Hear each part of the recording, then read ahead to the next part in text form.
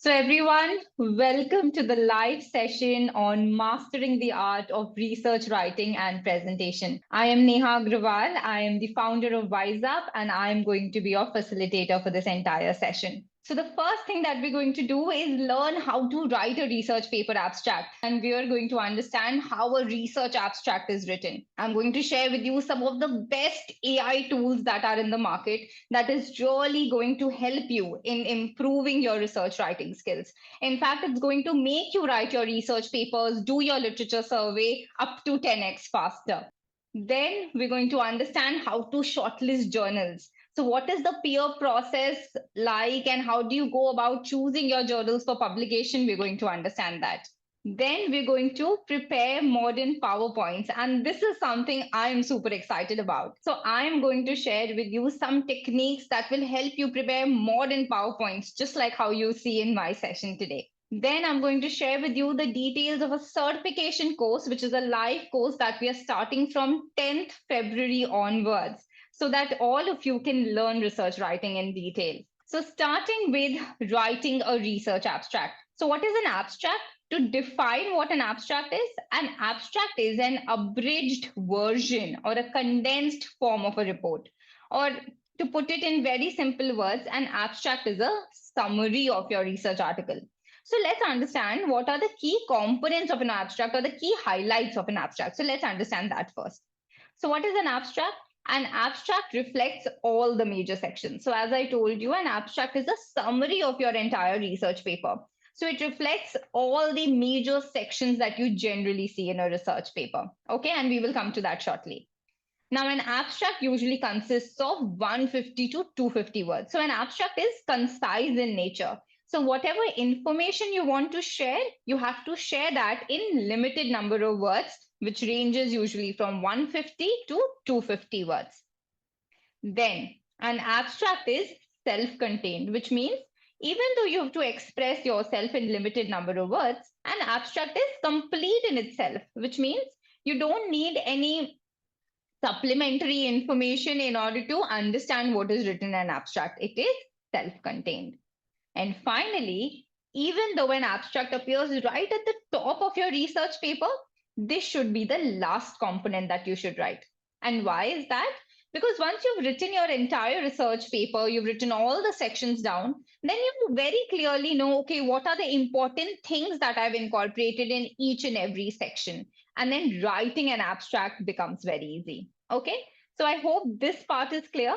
And now let's understand what are the components of an abstract. So in total, an abstract has 5 components, starting first with the motivation or the background.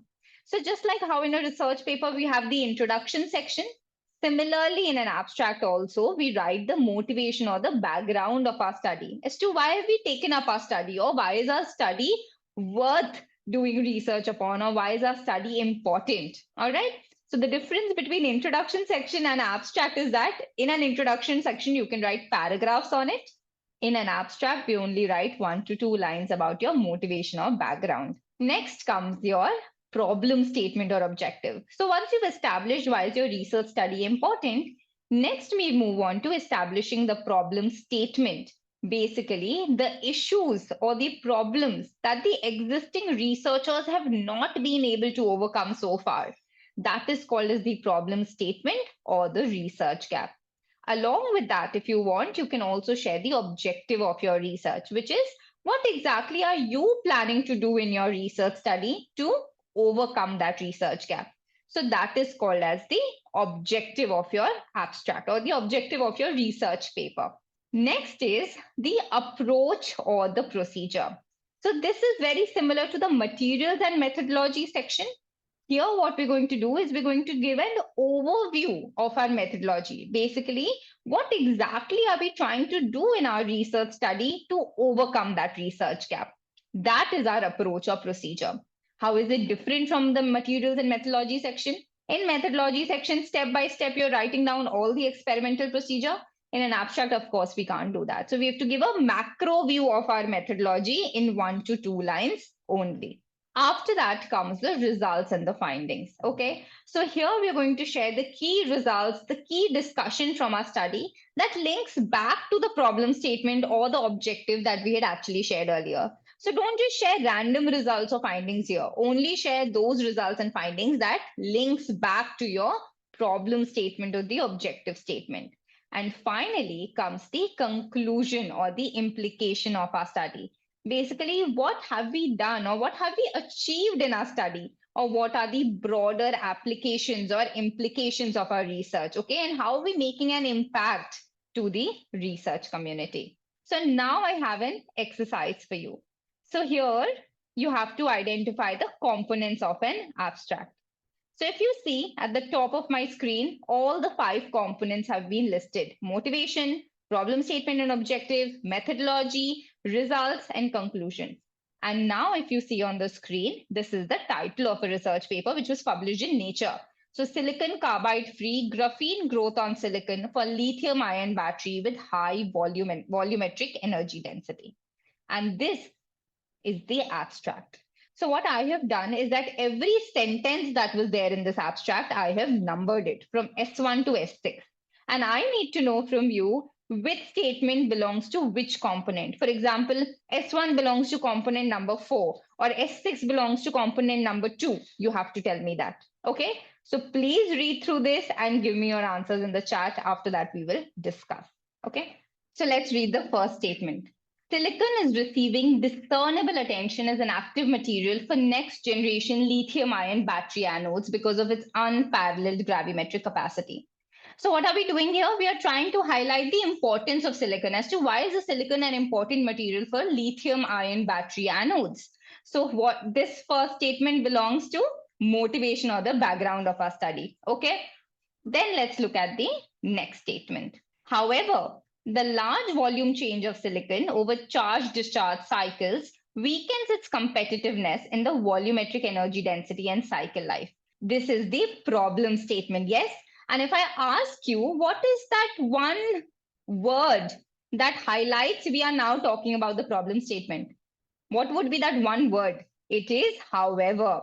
So this word, however, is actually called the signal word, which helps us understand that now before from talking about the importance of silicon, we are now talking about the problem with silicon. So this acts as our signal word. Look at the next statement. Here we report the direct graphene growth over silicon nanoparticles without silicon carbide formation. So what are we doing here? We are actually talking about what are we trying to do in this study to overcome that research gap. So you can classify this as the objective statement, and together S2 and S3 combined belong to component number 2. Okay. Next sentence. The graphene layer anchored onto the silicon surface accommodates the volume expansion of silica via a sliding process between adjacent graphene layers. So this is where we are talking about what is happening in the methodology, in the overview of the process. What is happening is that the graphene layers are anchored onto the surface, and that is how they will accommodate the volume expansion, okay, because of that sliding process. So this is where we are giving you an overview of the methodology and what exactly are we trying to do. So this this fourth statement belongs to methodology. All right, then let's look at the next statement. When paired with commercial lithium cobalt oxide cathode, the silicon carbide free graphene coating allows the full cell to reach volumetric energy densities of 972 and 700 respectively, 1.8 and 1.5 times higher than those of current commercial lithium ion batteries. So I'm sure this is very clear to all of you that this is where we are now talking about the results. And if you look at the results also, so if I actually point out the results to you, if you see, we're talking about the volumetric energy densities, right? And this is also the problem that we had highlighted before. So the results that we have listed down connects back with the problem statement, okay? And finally, let's look at the last statement now, which is this observation suggests that two-dimensional layered structure of graphene and silicon carbide-free integration with silicon can serve as a prototype in advancing silicon anodes to commercially viable technology. So very clearly, we are talking about the broader implications of our study and how we can actually take it forward. So S6 is actually the conclusion statement. Can S3 be linked to 4? I would say yes, you can link it to four because there is, when you're writing this particular objective statement, you're also sort of writing it in the form of a methodology, right? So I will give that ambiguity to statement number S3. It could be an objective statement or a methodology statement. So you can use it either way. The idea from this entire exercise is to actually understand in our heads how an abstract is written and how the authors are trying to incorporate each and every section in their abstracts. Okay. So now let's move on to the next component, which is again a super interesting component and something very new that I have introduced, which is identifying the best AI tools. So now there are so many AI tools in the market that can really help make the research process easier for you. So let's see what these AI tools are, at least the ones that I have identified, which are really good. Majority of them I've tried to find, make sure that they are free, but then there are some tools which are really good, and because of the price point, I don't want to skip that. So I'm also going to share that here with you. Okay.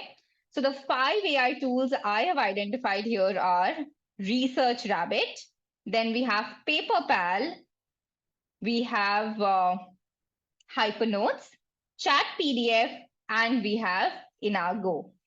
So the first tool that I'd like to talk to you about is Research Rabbit. Also, these are not sponsored stuff, so don't think I'm talking about these things because somebody has paid me money to do it. No. So let's talk about the first tool, which is Research Rabbit. So Research Rabbit is like a Spotify for research. Say, for example, you're doing your research study, okay, and you have this one particular paper. Now, related to that paper, you want to identify other research papers in that area. You want to understand, okay, what are the best research papers overall in that field? All these things you can identify from this particular tool. So here what I've done, I've actually uploaded my published research paper, okay? And if you see, if I click on similar work, it is going to give me this sort of a semantics, okay? And I love the way how this entire picture is shown, because this shows me what are some of the good research papers in this field. And can you see all these circles? So all these circles basically denote a research paper. And why are they interconnected? Why is it mapped like this? Because each of these papers, they have cited each other. That is why it's mapped like this.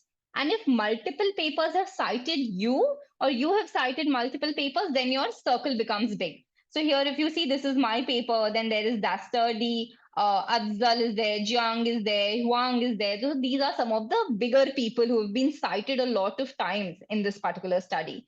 So this actually gives you a very good idea of similar papers in your area so that you don't miss anything out. And you make sure that you've done a comprehensive literature survey. Okay. So you can definitely use this tool. The best part about this tool is that it is completely free. In fact, the creators or the developers of this tool, they've said that, our mission is that this is going to be free forever for researchers. So please go ahead and use this. This is going to be super useful for you. All right. The next tool I would like to talk about is PaperPal. Okay, PaperPal is such a wonderful tool. I think it has so many features. Although the only problem with this is that this is a paid version, so I actually have a paid version of PaperPal, which is why I'll be able to show you some of its features. So PaperPal is similar to ChatGPT, but I would say why it is better is because it has been trained on research papers. So the kind of feedback that it gives you are very scientific, academically accurate. The language grammar check that it does is also again very scientifically accurate. So that's the best part about PaperPal. It's not like ChatGPT, which will just give you random suggestions.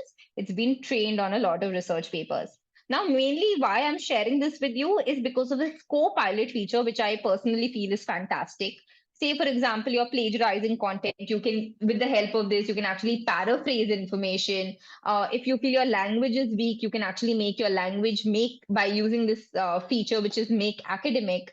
And now the part that I actually want to share with you is this ask feature, which I find is so amazing. So say, for example, I am doing a research study, okay, and I'm not sure what research topic should I choose, or if I want certain ideas.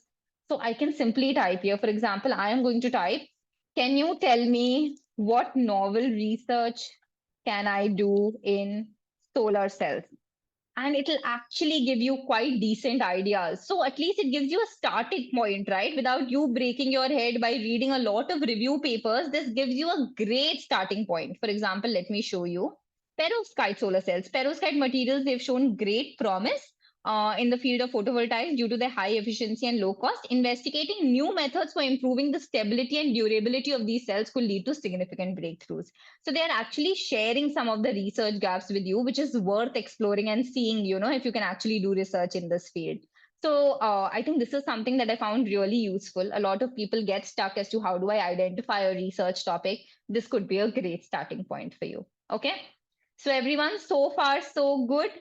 Yes, I'll be sharing the recording of the session with you. Don't worry. Yeah. So this is second AI tool that I am personally very satisfied with.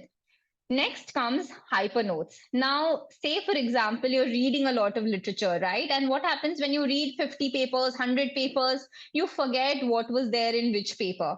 So ideally, what you should do when you're reading a literature, when you're reading a research paper, you should make notes of that. And I found this particular tool, which is hypernotes, very useful for that. So in hypernotes, it's almost like a physical book, physical notebook, which is in virtual format. So you can actually have different sections or chapters in your notebook. And for example, here I have solar cells, drug delivery. This could be my thesis. This could be nanotech. And within that, I could also have research paper. For example, can you see? I can write information like this. If I want to crop certain picture out of a research paper and put it, I can also do that. And if I want to make sure that my research paper doesn't get lost, or I can actually link the paper as well, so that if I click on this, it will take me to the research article. So that way, all your information can be in one place. And next time, you will not even have to go through the research paper if you make your notes very well here. So Hypernotes is something that you can use for that purpose. It connects with LaTeX. So you can actually include all the difficult formulas and equations, everything. You can also share this very easily with your friends, professors, guides. So that way, I feel this is a good platform for that. Okay. So this was about Hypernotes. Next, moving on to Chat PDF. So Chat PDF, again, similar to Chat GPT, but oh my God, so much more interesting. So say, for example, you're reading a research paper, okay, and you're very new to the field. So there could be a chance, right, that you don't understand a lot of things that is written in the paper. So this is where Chat PDF can be super useful to you. Okay, so all you have to do is choose a research paper. Here I'm uploading my research paper. And then you can ask the paper questions. So if you don't understand anything, you can literally ask it questions. In fact, it's giving you some suggestions on the side as well. For example, so if you see here, say for example, if I want to understand anything from the paper, so I can make, because my paper was on super hydrophobic antibacterial fabrics, I can simply write, what does super hydrophobic mean? Okay. So I can just write this and it will explain it to me, and that too in very simple words. So it will say super hydrophobic refers to a surface that repels water to an extremely high degree. And that is so easy to understand, right? And say, for example, I don't want to read the entire paper. I just want somebody to summarize the important things for me. So I can actually write this. Summarize the paper for me. Or I can also say, can you tell me the key takeaways from this paper? And there you go, it will tell you everything in bullet points. So I think that way this entire tool is very useful. This is also free of cost. So if you don't understand a paper, you don't want to spend a lot of time on it, simply upload your paper and ask all these questions and it'll help you out with it. Okay. And now coming to my last tool. So this is a tool that I have identified which actually links with Turnitin. Okay, so you can very easily use their plagiarism checker. All right, it is pretty decent, and it's connected with Turnitin, so you can ensure that that your paper will be checked properly. The same thing, the same Turnitin tool also is now available in PaperPal. Okay, so I mean, I personally love PaperPal so much that I feel that PaperPal is all going to, everything is going to be in one single place. So if you see, there's an option of plagiarism check in PaperPal now as well. So all you need to do is just upload your file, and that to 7,000 words, which I feel is pretty great. And they will actually generate a plagiarism report for you. Okay. So these are some of the tools I personally recommend that you can utilize. Let me see some common questions. At least I will get that checked. So some people are asking, is Hypernotes like Notion? Yes, I would say Hypernotes is very much like Notion. Okay. So you can go for either Hypernotes or Notion, whatever you prefer. Is posting papers on websites safe before publishing? Please don't do that, because you will not have copyright over your content. What is latex? Latex is basically a tool that helps you to write your research papers. You can actually write your papers there. So that is what mostly people use their latex for. So now let's move on to another very interesting topic that we have here, which is learn how to shortlist journals. But before we get into that, I have a super fun exercise for all of you that I think you guys should attempt. Okay, so it's a very simple and fun exercise. It has 5 questions, and basically, you have to tell me which of the statements that I'm going to show below are true or false. And please make a note of your scores because I'm going to ask you in the end. Okay, so total of 5 questions. If it is true, just respond with a T in the chat, and if you feel it is false, then reply with a F in the chat. Okay, so let's look at the first question. If a journal asks for money, then they are fake or predatory. True or false? So the right answer is that it is false. Okay, just because a journal asks for money, that doesn't mean it is fake. There's something called as open access journals, which actually ask for money from the authors. Okay, so open access journals are also open access journals are also quite reputed, and so just because they're asking for money, that doesn't mean that they are fake. Okay, next question. Impact factor is the only way to know the quality of a journal. So the right answer is it is false. Impact factor is not the only way to identify the quality of the journal. Can you guys please tell me in the chat some of the other measures that you can use to identify the quality of the journal? Site score. Yes. What else? H index is okay. Chalo, I'll give that to you. But H index, I think, is for the professor, if I'm not wrong. H index. Ranking, quartile. Yes. Absolutely right. Good job. Okay. All right. Next question. To publish our paper, we can only submit to one journal at a time. True or false? To publish our paper, we can only submit to one journal at a time. True or false? The right answer is true. I should have actually made some more difficult questions. Yes. So when you're trying to submit your research paper to a journal, you can only submit to one journal at a time. You cannot submit to multiple journals. Okay. If you do that, then it's against the rules. And in fact, that would become self-plagiarism as well. Okay. Next one, an impact factor above 5 of any journal is good. So guys, the right answer is false. An impact factor varies from journal to journal, not journal to journal, I would say area to area, field to field of research. For some research fields, an impact factor of 5 might be great. On the other hand, for certain fields, an impact factor of 5 might be too low if it is very, very popular field and a lot of people are doing research in that field. Okay, so it really depends on the area. Absolutely right. Prasanna, Vishnu, on spot. Okay, and finally, the last one. Open access journals are not peer reviewed. So the right answer is that it is false. Okay, guys, well done. I think a lot of you have, answered most of the questions correctly. So can you all please tell me your scores now? How many of you actually got 5 out of 5 correct? No, majority of you 4, 5. Okay, next time I'm going to prepare a more difficult questionnaire. All right, but thank you so much, guys.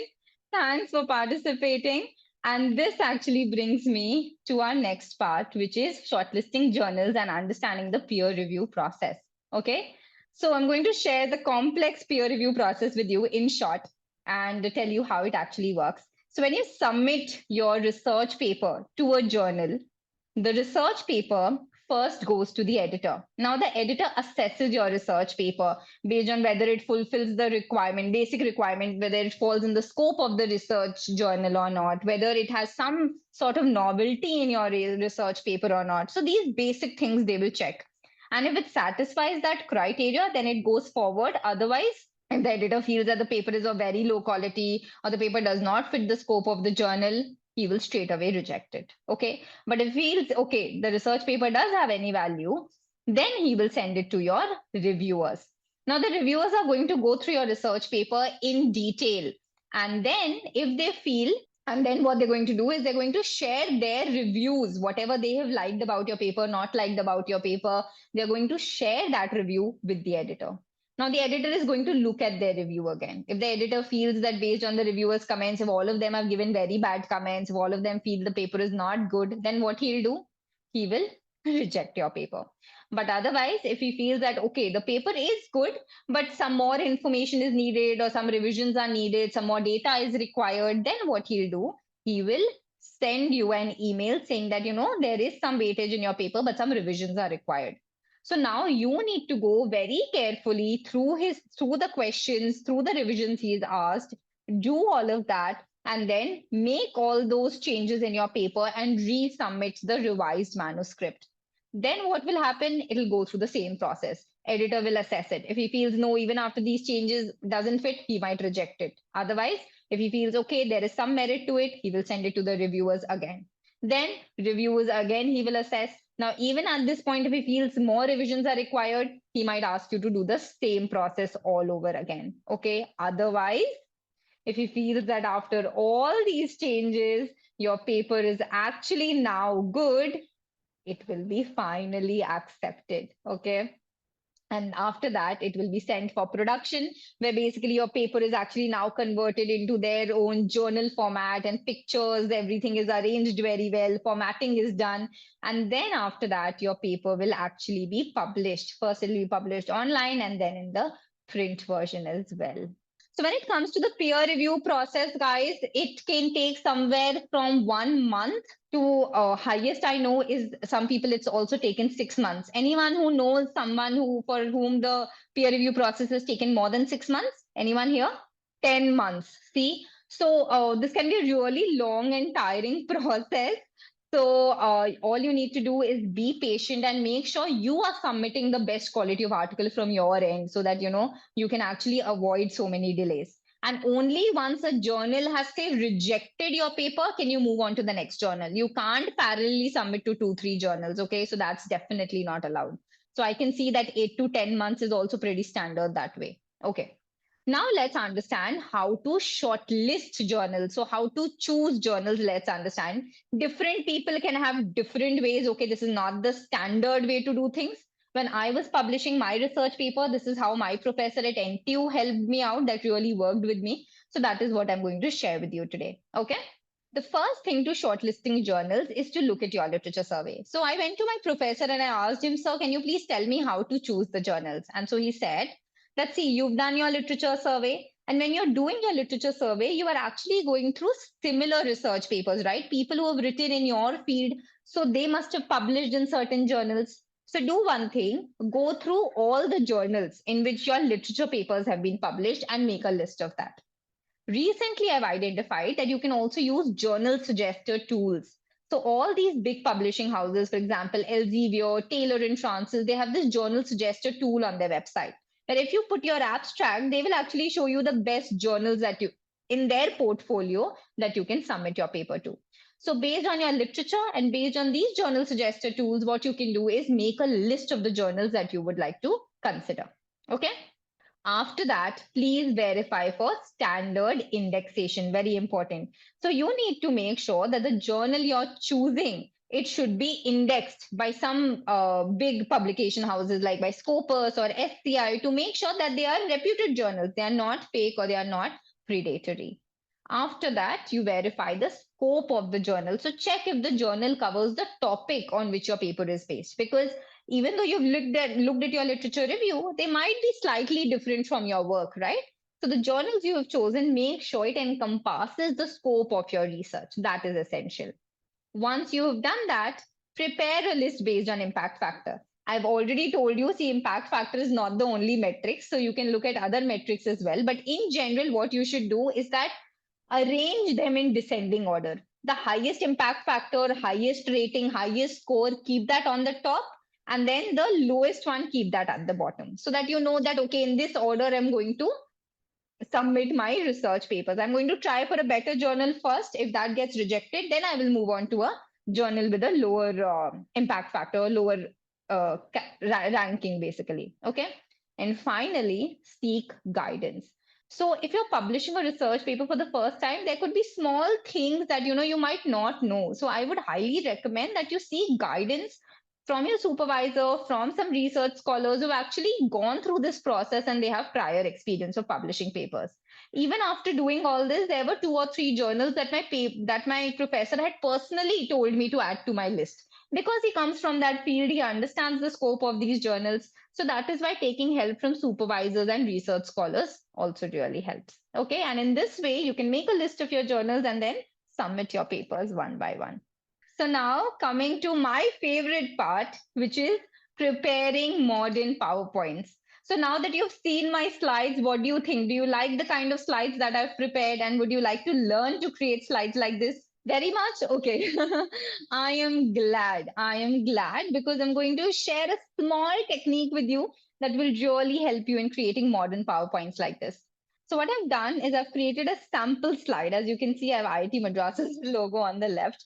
And I've created a very simple content slide for you, which looks like this. Okay.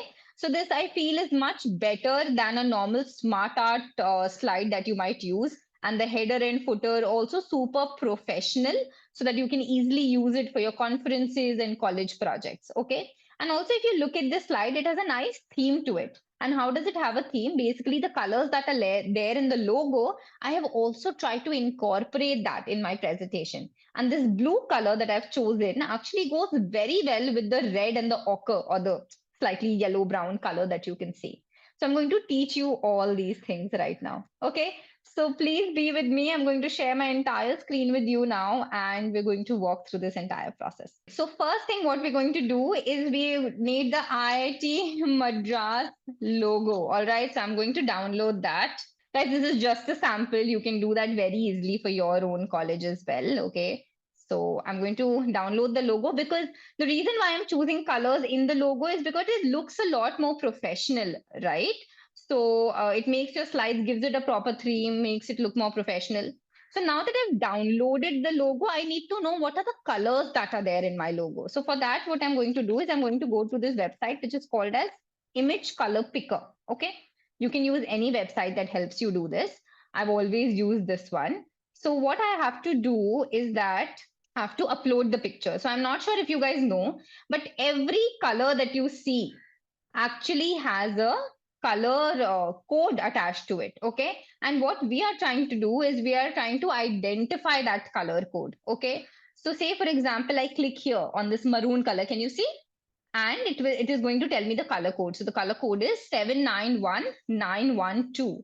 And similarly, if I click on this brown color, it's going to tell me the color code here, which is D7A84E. Okay. So now that I know the color codes, I actually need one more color so that, my template is complete. 3 colors will be there and, my template will look nice. So now I'm going to go to this website, which is called as coolers.co.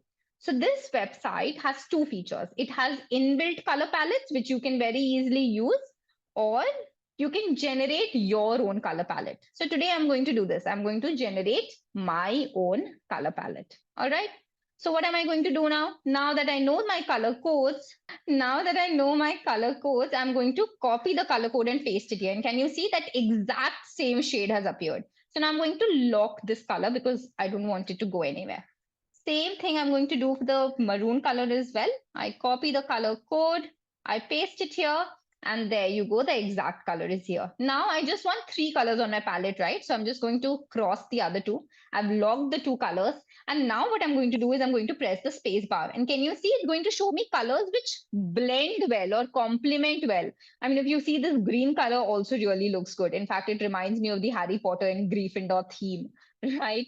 So but we're looking for something in blue. So what I am going to do is I'm going to keep pressing the space bar. Sometimes it can take slightly longer, but can you see, I really like this blue color. Okay. So now what I'll do is you can either take a screenshot of the entire screen, or I'm just going to use my snipping tool here. So I use my snipping tool, and there you go. So I've already have it on my snipping tool. I will copy it. It's already copied. So what I'm going to do is I'm going to paste it here. Okay, so now my color palette is ready. And now I'm going to create the header and footer. Okay, so this is my header. The first thing I always do is get rid of the outline. Okay, because the outline just like kills the look. So that's my secret tip for you. And put the same at the bottom. Okay.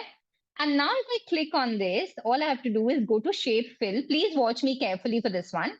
Go to shape fill, go to eyedropper tool, And then I'm going to click on this blue. Can you see the moment I'm bringing my dropper to the blue, there's a square that's coming with the blue color. Now, the moment I click on this, there you go, the color gets transferred. Okay, let me show it to you once more. So I click on my shape that I want to color. I go to shape fill, I go to eyedropper, and I'm going to bring my cursor to this blue shade, and the color gets transferred. Okay. So now if you see, I can very easily copy the logo and I can paste it here. Looks nice. Now there's one difference here. So can you see there's a shading that we have in the end, which is actually looking quite nice. So let me show you how to give this shading, okay? So I'm going to click on this shape. I go to shape fill. I go to gradient and I click on more gradient so that I have this panel on the right hand side. Yes. So now I'm going to go to gradient fill. What are these bars? These bars, what they do is that they control the level of shading that you want. Okay. So basically, I don't want so many bars. I think for me, just two is enough. So what I will do is I want the shading direction to happen from left to right. Okay. So I'm going to choose this linear left. Okay. And then watch me very carefully. I'm going to choose my color again. So I go to eyedropper. I choose this color. And there you go. Can you see? So this shade has come, but there is a problem. The problem is that the end is still coming as white, and I don't want that. So watch what I do. I'm going to click on this shape. I am also going to color it with the same blue color. Now what I will do is I will go here. I will go to more colors, and then I'm going to just go for a slightly lighter version of the same color. Now that's my hack. Okay, I've chosen a slightly lighter color. And now if you see, there's such a great color shade that has come, and it doesn't even like look ugly or anything. And still it's creating a very nice effect on your screen. So now that you've done this, let's look at the screen. Okay. I've already shown you this big oval. Actually, that was my secret. So if you want to have a curved line like this, can you see it's such a nice curved line? So how did I actually get this curved line? Is basically I've used a huge circle or an oval shape. Okay, and I've made it like this. Okay, so my shape looks like this. What I'm going to do is I'm going to go for a no fill. I don't want any color in it, and I'm going to give it a thick outline, so something like this. And I'm going to color this gray, okay, so that it looks like this. All right, and now I don't need this anymore, so I'm going to delete this. But look at my screen. So can you tell me I've gotten this nice line, but the problem is it is overlapping with my header and footer. So any idea what I can do? So I'm just going to choose this and I'm going to say send to back. And there you go. Now my line actually has gone to the back. Okay, so this very nice shape is now present. Now see here, all I need to do, so these are all these circles, right? So let's see how to get these circles. So I'm going to go for my shape here, make a circle out of it. Just press shift and then create a circle so that, the aspect ratio is maintained. Okay. I'm going to place it here. As I told you, get rid of the outline. Doesn't look very nice. And then I'm going to create 5 other circles. Now, this is my hack as well for you. So there are total 5 circles. Now I don't want to sit and arrange all of them. So what I will do, the first circle, I will put it in its place. Last circle, I will put it in its place. Then I will select all of them, go to shape format, go to align, and then I'm going to say distribute vertically. And there you go. All of them have now been spaced equally. Because it's a curved line, I might have to bring it slightly closer to each other. But this is how it's going to look. Then you can now color it. So to color it, I'm just going to go to my eyedropper tool and I'm going to choose the maroon color from here. Shouldn't have deleted it. Nicely, I deleted the color palette that I had, but no worries. So this is my maroon color, then this is my ochre color. So once you've actually added the colors, right, it will start showing it to you in recent colors. So I'll show it to you. Can you see? It's coming, all the colors are coming in recent colors. So I don't really need the color palette once I have used them once. Okay. So guys, this is how it's going to look like. This is a very, very quick way of how I've, created this. Rest of the things like text, all these things you can add on your own. All right. So everyone clear? I know I walked through this in a rapid speed, so you might have to look at the video once more to understand. But this is how you can actually create your slides. Okay. So yes, now coming to our next part, which is talking about our live course. So, starting this 10th of February, guys, we have a live course which is starting at WiseUp, which is called as the A to Z of research writing and presentation. So, in this course, it's basically an 4-week course which has total of 8 sessions. So 5 sessions are for your research paper writing and 3 sessions are for your research presentation. Okay. And the sessions are going to take place on the weekends. So 4 weeks and total of 8 sessions. All right. And as part of this course, I am going to cover all these topics for you in detail. So what's the process of scientific research? How to write each and every section of a paper thoroughly, then how to avoid plagiarism in your writing, how to cite and refer information correctly, understand the difference between open access journals, subscription journals, how to go about this process, and then coming to the presentation part as well as to how to organize content in your research presentations, how to prepare modern PowerPoint techniques, presentations. So today what I've shared with you is a very, very short example. There are so many more techniques that I'd like to share with you. And then also building your confidence in presentation delivery. And if you guys are going for, say, conferences where you have to prepare a scientific poster, then that is also something that I'll be sharing with you guys. Okay. So we have 2 plans. One is a premium plan, which has research writing and presentation course both. And then we have a research writing course only. So you can go for either of the two. But just let me tell you something that we have an early bird offer going on right now, which is only for the first 20 registrations. It's just for today and tomorrow because on both the days I'm doing my webinars.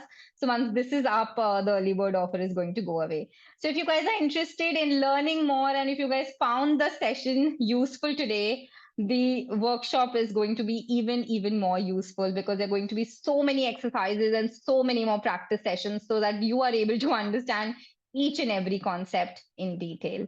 All right. And now let's get back to our presentation. So if you guys want to join it, let me just, yes. So if you guys want to join it, I think my team member, he's put the link in the chat. Okay. So you can check out the link. Yeah. And it's a certification course. So at the end of the day, you will also be certified, and that really adds value to your resume as well. If you're going for jobs, if you're going for higher studies. So I think that really helps as well. Okay. And now for the Q&A session. So please let me know your questions and I'll be more than happy to clear your doubts. And if you guys want to check out our videos, because I've tried to make a lot of videos on different topics on research writing, you can check out the YouTube channel as well. So for people who don't know about this, I think my team member has also put the link in the chat itself. Okay. The validity of the certificate is for lifelong validity. The once you have the certificate, it shows that you have that skill with you. Okay. And yes, everyone, thank you so much for attending today's session. Go master your research skills. And I would also really like to thank all the college committees that actually made this session possible. So thank you so much for organizing this. And I hope you found it useful and you'll be able to implement these things when you sit down to write your paper. So thank you so much, everyone. And yes, now for your questions. Okay, so I think somebody has been constantly asking me how to choose the right journal. So Sid, I think Sid, there are both types of journals, right? There is your subscription journals also, and then there is your open access journals also. What's the difference between the two? So the difference between the two is that subscription journals, they actually take money from the readers, right? So remember, if you go on Elsevier or you go on Springer and to read a research paper, you have to pay money. So because the readers are paying money, for the authors, it's free of cost, right? Because to run a publication house, you need money, right? It's that straightforward. So those are subscription journals. And because they're not taking money from the authors, in general, they are slightly more reputed, okay? On the other hand, there are open access journals as well, which are also peer reviewed journals. So they are quite reputed. The only difference is that open access journals, they don't charge money from the reader. And so the money comes from the author. The advantage of going for open access journals is that you reach a wider audience, right? Because people don't have to pay money to read your paper. So it actually reaches a lot more people. So that is the advantage of open access journals. Okay. So there's no tool to choose between open access and subscription journals, not that I know of. But I think that decision you'll still have to make on your own. Okay, but you should check out both, I would recommend. Sandra's question is, to what extent is chat PDF and PaperPal reliable in terms of accuracy and info? So Sandra, coming to chat PDF is not giving you any new information. Whatever is there in the PDF, it is giving you that. So that way accuracy of information is quite decent. And coming to PaperPal is also not going to generate stuff for you. It's actually going to make your language better. Okay, so that way they're doing a very good job. In fact, PaperPal I felt is actually doing a pretty good job. And PaperPal, I've actually spoken to the team of PaperPal, and I know how they are working in the organization, and they're doing actually a pretty good job that way. So I'm personally very happy with the tool. Is it possible to make modern presentations using Beamer? So Beamer personally I've not used, so I'm not aware of that. But Canva is a tool that you can use. You know, it has some nice features on the platform. Some AI tools for graphical abstract and research figures. Not that I have come across AI tools. If you know any, please let me know. But I haven't come across AI tools for graphical abstract as of now. But there are good tools available. Like Canva is great. Otherwise, Adobe Illustrator is great. Right, so these tools you can use for creating your graphical abstract, not just PowerPoint. There are better tools. Yes, as far as I know, you can download your documents. Is latex mandatory for thesis writing? No, not at all. I have personally written my thesis, my research papers, everything on Microsoft Word, and it has served me very well. So there is no compulsion to use latex. How do I access the recorded session? So the recorded session will be shared via the WhatsApp group. So if you guys haven't joined the WhatsApp group of your college, I would highly recommend that you please join it. Okay, because we'll be sharing the recording through there. For what workshop that the discount you're providing? So we have our own live course on research paper writing and presentation skills, which is starting on 10th of February. And for that, there is an early bird discount going on for the first 20 registrations. Institute authorities don't prefer sending to open access journals. Any suggestions? So, Preetham, what I feel is that there's a lot of doubt and confusion around open access journals. And as I told you, in general, subscription journals are slightly more reputed. But that doesn't mean if you submit to an open access journal, it's not going to be peer reviewed and it's not going to get citations. So that's not true. To be very honest with you, like one of my research papers. So the first research paper I was attempting to publish, I did not have any knowledge of how to go about writing research papers, how to make my images and graphs more attractive. So it was a very badly written paper with bad graphics as well. And so it took me very long to get that paper published. In fact, I would say that 8 to 10 journals had rejected it. And in the end, my professor suggested I go for a subscription. I mean, I go for an open access journal, and that too with a much lower impact factor. And then it ended up getting published there. But then the second paper that I wrote, by the time I had learned how to write a good research paper from the teachers at NTU, and I received that training. And so the paper turned out to be much better in terms of writing and in terms of graphics. And that paper got published very quickly and in a much better journal as compared to the first one. In fact, my second paper got published before my first paper. So a lot depends on the writing as well, and how well you write your paper, how well you present your paper. It's just not about your results at the end of the day. Guys, maybe one last question. Coupon code and all that, it's all on our website. If you go on our website, you will see the coupon code there. Okay. I had said what other available softwares are there. There's Canva and then there's Adobe Illustrator. Okay. Poster making suggestions. So for posters, again, it's a whole new concept. I can't just give you suggestions like that. But I would say the basic thing when it comes to poster making that you should take note of, is that don't try to include a lot of text in your posters. Try to include graphics. Again, give it a proper color theme. So I would recommend doing at least this basic thing when it comes to poster making. How can I start working on writing research papers? Please approach a professor, see if they have any project for you, and then you can, maybe start from there. Will there be plagiarism if I copy a paragraph from ChatGPT? So that completely depends. If you're copying a paragraph from some other paper and giving it to ChatGPT, yes, it could be plagiarism. But say that's your own content, and if you're just asking ChatGPT to write it for you, then it might not be plagiarism. You really need to understand what plagiarism means, okay? And that is important. All right. So, everyone, thank you so much for attending. I would love to answer more questions. All right, everyone. Thank you so much. It was a pleasure interacting with all of you, and I wish you guys all the very best. Thank you so much and take care. Bye.